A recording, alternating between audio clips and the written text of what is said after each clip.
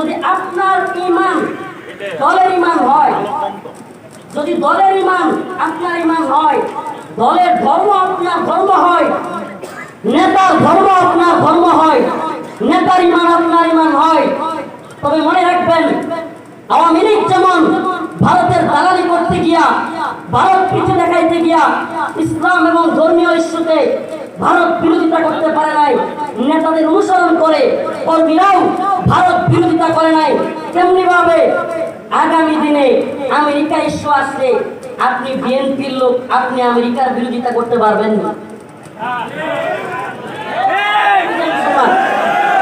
কথা ভালোভাবে বুঝবেন, খালি আমেরিকা বুঝ দিবেন না। গণতান্ত্রিক রাজনৈতিক দলগুলোর এগুলোর অবস্থা মুদ্রায় পিতপিত। আপনাদেরকে বলি, ইসলাম ইস্যুতে যদি আপনি সবকিছু উঠতে না পারেন, আপনি মুমিন নন, আপনার মধ্যে নিফাক আছে। কথা ভালোভাবে বুঝবার চেষ্টা করেন। আওয়ামী লীগ ইসলাম ইস্যুতে, ঈমান ইস্যুতে ভারত বিরোধিতা করতে পারে নাই। নেতা নেত্রীরা ভারতের পাঁচটা গোলামি করেছে, ভারতের প্রভু মেনে, ভারতকে প্রভু মেনে নিজেরা দাসত্বের ভূমিকায়, নিজেরা গোলামের ভূমিকা অবতীর্ণ হয়েছিল। আমরা জানতে চাই, আজকে আপনি যারা বিএনপি দাবি করেন, আপনি বিএনপি করেন, আগামী দিনে আমেরিকা যদি, আমেরিকা তো ইসলামের সবচাইতে বড় শত্রু, আমেরিকা হলো ইসলামের সবচাইতে বড় শত্রু, সাপের মাথা। এই যে সন্ত্রাস বিরোধী আইন নামে সাধারণ আলেমদেরকে, মুসলিমদেরকে হয়রানি করার এই আইন, এটা বানাইছে এই আমেরিকার রেড কথা। তাই আগামী দিনে ইসলাম প্রশ্নে, ঈমান প্রশ্নে, দ্বীন প্রশ্নে আমেরিকার বিরোধিতা করে আপনি কোন পক্ষে থাকবেন, তখন আপনার ঈমানের পথ তো খুশি হন না। হুজুররা আমেরিকার বিরোধিতা করে, হাসিনার বিরোধিতা করে।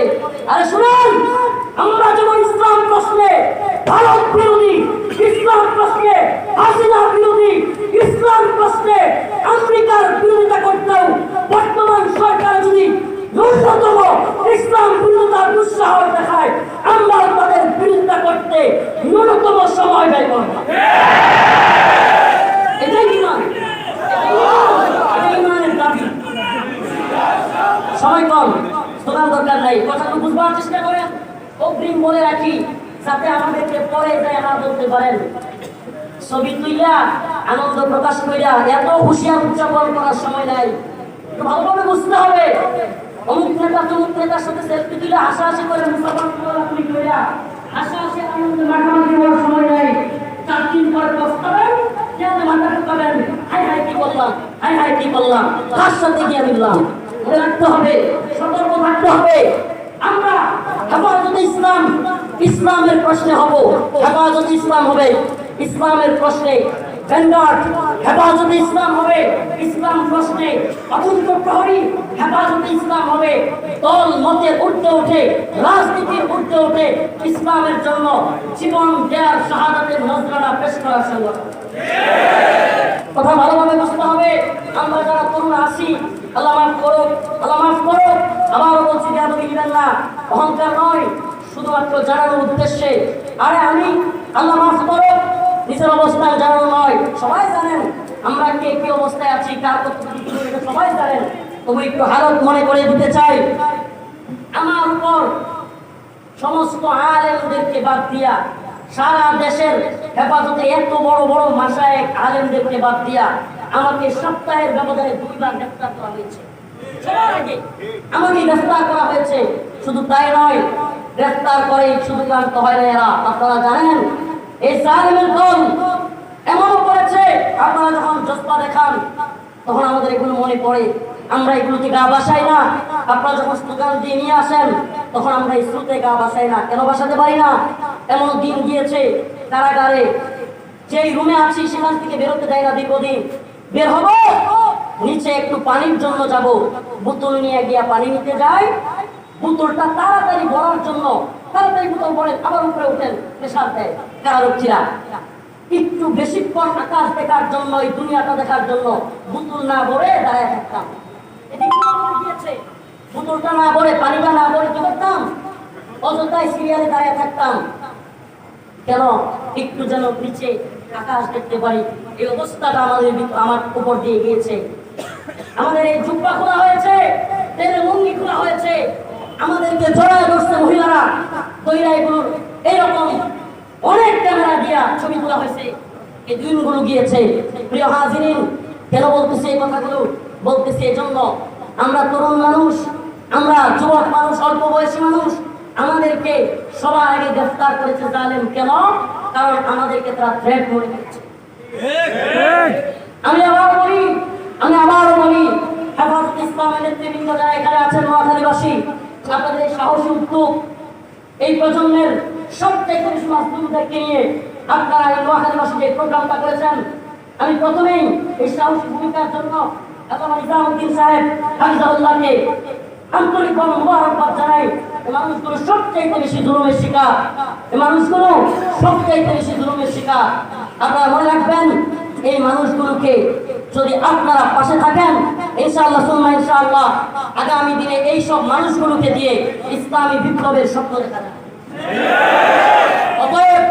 অতএব আবারও বলি, আমরা আমাদেরকে গ্রেফতার করার কারণে, আমাদেরকে আগে ভাগে রিমান্ডে নেওয়ার কারণে, দীর্ঘদিন কারাগারে রাখার কারণে, আমাদের ওদের খুবের কারণে আমরা হেরে যাই নাই। আল্লাহ পাক যেই সমস্ত মানুষ মাজলুম হয়েছে তাদেরকে সম্মান দিয়েছেন, আর যারা লাঞ্ছিত করেছে, এই মানিককে ইনু মেনন কিংবা এই সমস্ত নেতারা আজকে এদের অবস্থা।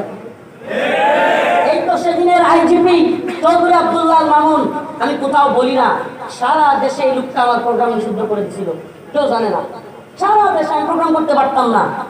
আল্লাহ কি কুদরত, এই কয়েকদিনের ভিতরে এখন শুনি তার 2 দিন পর পর খালি রিমান্ড আর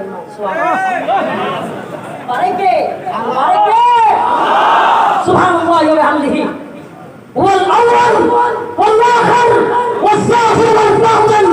আল্লাহ প্রথম, আল্লাহ শেষ। আল্লাহুম্মা মালিকাল মুলক তুতিল মুলকা মান তাশা ওয়া তুইজ্জু মান তাশা ওয়া তুযিল্লু মান তাশা বিয়াদিকাল খায়র। আরে আল্লাহ সব, তাবারাকাল্লাযী বিয়াদিহিল মুলক ওয়া হুয়া আলা কুল্লি শাইইন কাদির। আরে যেই রব সব পারে, সমস্ত ক্ষমতার মালিক যিনি, আমরা তার ক্ষমতায় বিশ্বাস করি। আওয়ামী লীগের কিংবা বিএনপির কিংবা ডক্টর ইউনূস সাহেবের ক্ষমতায়, আমেরিকা কিংবা ব্রিটেনের ক্ষমতায়, ভারতের ক্ষমতায় আমরা বিশ্বাস করি না। আমরা কার ক্ষমতায় বিশ্বাস করি? আর আল্লাহর ক্ষমতায় বিশ্বাস করা ব্যক্তিদেরকে ভয় দেখায় লাভ নাই। এই জমিনে শাহাদাতের নজরানা পেশ করার জন্য হামেশাই আমরা প্রস্তুত, কিন্তু কোন দলকেই ইসলাম বিরোধী এজেন্ডা বাস্তবায়ন করবার জন্য দিব না। আমরা আপনাদের পাশে আছি ভারত বিরোধিতায়, মনে রাখবেন। আপনিও ঢাকা যাবেন, আমিও ঢাকা যাব, সমস্যা কি? একসাথে যাই, আপনি আরেক দলের হন, এতে সমস্যা নাই। আপনি ঢাকা যাবেন, আমি ঢাকা যাব, আপনি কুমিল্লা পর্যন্ত যাবেন, আচ্ছা আসেন, কুমিল্লা পর্যন্ত তুই শক্তিশালী হইলাম। এই রাজনীতি আমরা বুঝি, আসি, কিন্তু ভারতের বন্ধু হওয়ার চেষ্টা করবেন, আপনার সাথে আমরা নাই। মনে রাখবেন, ভারতের সাথে পিরিত দেখা ক্ষমতায় আসার চেষ্টা করবেন। হ্যাঁ, এই যে আপনি যেমন মাথায় তুলতে পারে, আশারও দিতে পারে, হুট করে আশার গায়ে পড়ে যাবেন, হাইরে কি হলো, জনপ্রিয়তার বেলুন হুট করে দেখবেন ফুটা হয়ে গেছে। সাবধান, সাবধান, এ জাতি শত্রু মিত্র চিনো, শত্রু মিত্র চিনবার চেষ্টা করো।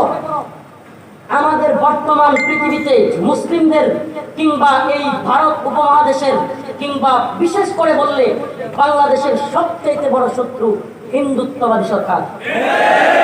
এটা ভালোভাবে মাথায় ঢুকাইতে হবে, আমাদেরকে ভালোভাবে ঢুকাতে হবে।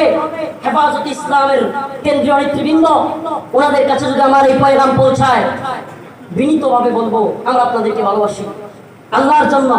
আল্লাহ, আমরা আপনাদেরকে ভালোবাসি আল্লাহর জন্য, কিন্তু দিন ইমানের বিরুদ্ধে গিয়ে, তথাকথিত গণতান্ত্রিক রাজনীতি করতে গিয়ে ইমান, দিন এগুলোর সাথে আপোষ করবেন, আপোষকামী হবেন, আমরা আপনাদের পাশে নেই। তরুণ প্রজন্ম আপনাদের পাশে পাবেন না, লিখে রাখেন, পাবেন না। তরুণ প্রজন্ম আপনাদের পাশে আছে যতক্ষণ আপনারা জুলুমের বিরুদ্ধে, যতক্ষণ আপনারা ইসলাম প্রশ্নে ভারত আমেরিকার বিরুদ্ধে। আমাদের বর্তমান নতুন সরকারের বিশেষ সহকারী ভালোই উল্টাপাল্টা কথা বলা শুরু করছে, আমরা শুনতেছি, দেখতেছি। আমরা এক্ষুনি আপনাদের বিরুদ্ধে যেতে চাই না, আমরা কখনো যেতে চাই না। যদি ভারত প্রশ্নে, আমেরিকা প্রশ্নে, ইসলাম প্রশ্নে আপনারা যদি আমাদের সাথে থাকেন, আমরাও আপনাদের সাথে থাকতে সমস্যা নেই। কিন্তু একটা কথা মনে রাখবেন, এটা কথা মনে রাখবেন, ভারত প্রশ্নে কিংবা ইসলাম প্রশ্নে ন্যূনতম ছাড় দিতে আমরা প্রস্তুত নই। আমরা সব কিছুতে ছাড় দিব। রাজনীতি বুঝি, অর্থনীতি বুঝি, দেশের অবস্থান বুঝি, আমরা আমাদের অবস্থানও বুঝি, আমাদের পায়ের তলার মাটি কতারই শক্ত কতটুকু এটাও বুঝি। এটা না বুঝতে 32 মাস কারাগারে থেকে দিনের পর দিন রিমান্ডে থেকে এখনো যদি এগুলো না বুঝি তবে বুঝবো। আমরা এগুলো বুঝি, জানি। অতএব আমরা জানা বোঝার বাহিরেও কিছু করি, এটা আল্লাহর শক্তিতে। সুবহানাল্লাহ। কার শক্তিতে? এটা আল্লাহর শক্তিতে করি। আবারও বলি, হেফাজতে আলেমদেরকে বলি, আমরা আপনাদেরকে ভালোবাসি, কিন্তু আপোষকামী হবেন না। আমরা আপনাদেরকে ভালোবাসি। মর্দে মুজাহিদ মাজলুম আলেমদেরকে জঙ্গি, মানহাজি, ওই আমেরিকার রেন কর্পোরেশনের ভাষায়, আওয়ামী লীগ হাসিনার ভাষায়, ভারতের ভাষায় মানহাজি, জঙ্গি বলে এই মর্দে মুজাহিদ মাজলুম আলেমদেরকে ট্যাগ দিয়েন না। মনে রাখবেন, মনে রাখবেন, এ জাতি মাজলুম আলেমদের পাশে ছিল, আছে। এ জাতি উম্মার জন্য যারা কাজ করে, উম্মার জন্য যারা ফিদা, এদের পাশে থাকবে। কিছুদিনের মধ্যে দেখবেন, হ্যাঁ হ্যাঁ, মুফতি ফয়জুল্লাহ সাহেবের অবস্থা আর আমার অবস্থা তো পার্থক্য নাই। কাহিনী কি? কাহিনী কি? কাজ যদি মুফতি ফয়জুল্লাহ সাহেবের হয়, আপনার পিছন ছেড়ে দিবে যুবকরা। কাজ যদি মুফতি আমিন রহমাতুল্লাহ আলাইহির হয়, আপনার পাশে যুবকরা থাকবে। কাজ যদি মর্দে মুজাহিদদের হয়, তাহলে আপনাদের পাশে যুবকদেরকে পাবেন, তরুণদেরকে পাবেন। প্রিয় উপস্থিতি, আজকে যারা মনে করেন আমি যেই কথা বলার জন্যই আয়াতে কারিমা তিলাওয়াত করেছি, ভারত প্রশ্নে এই যে নোয়াখালী ফেনীর বন্যা, এটা কি জন্য? ভারতের জন্য। এক কথায়, এটা কি জন্য?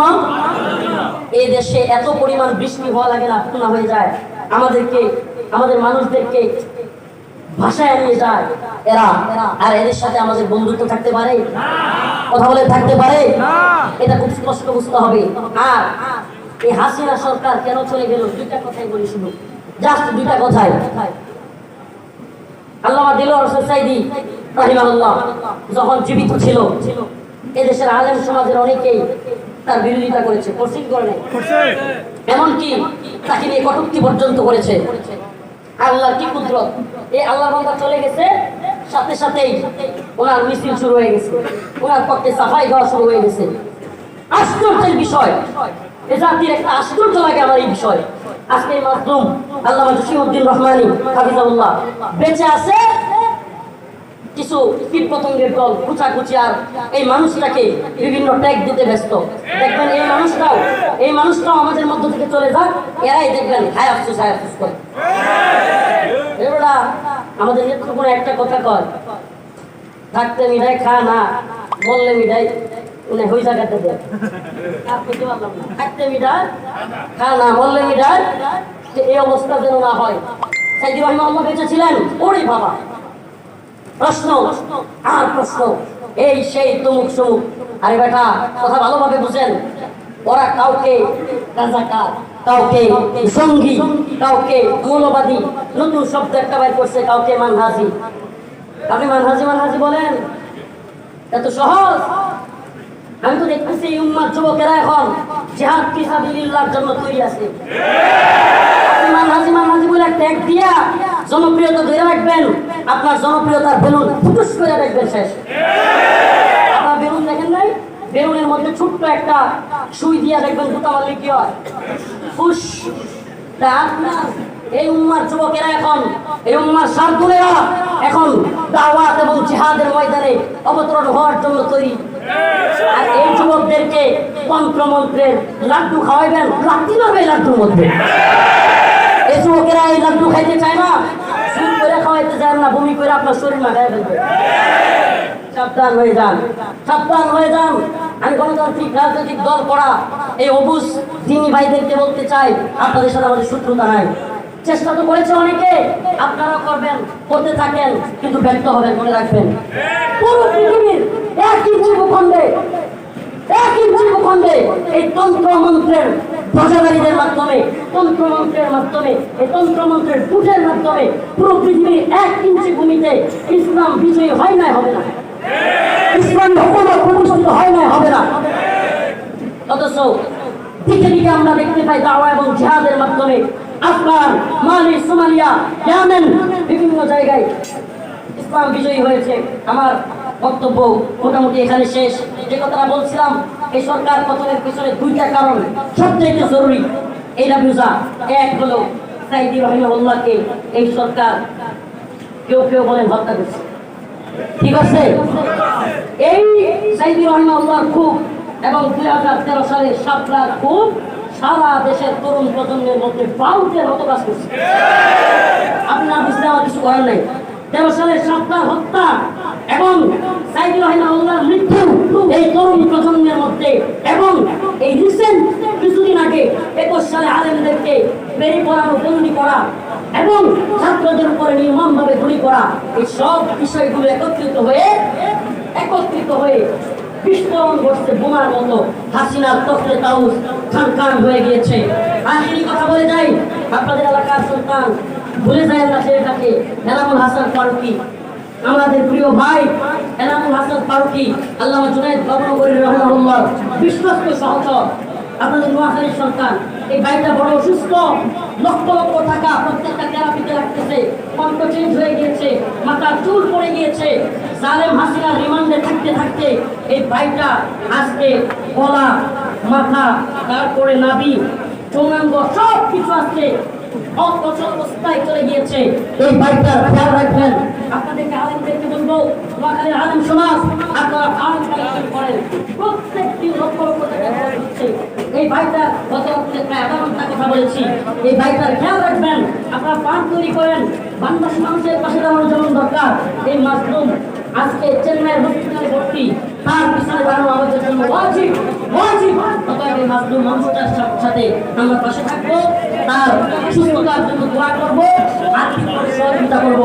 এখন নামাজের বিরতির পর ইনশাআল্লাহ একটাই নামাজ, নামাজের পর 2টার দিকে ইনশাআল্লাহ আমাদের একে মাশরুম মধ্যে মুজাহিদরা দিনের অত্যন্ত প্রহরীরা পড়াবেন। আমরা সবাই নামাজের পরে বসে যাবেন। আসসালামু আলাইকুম ওয়া রাহমাতুল্লাহি ওয়া বারাকাতুহু।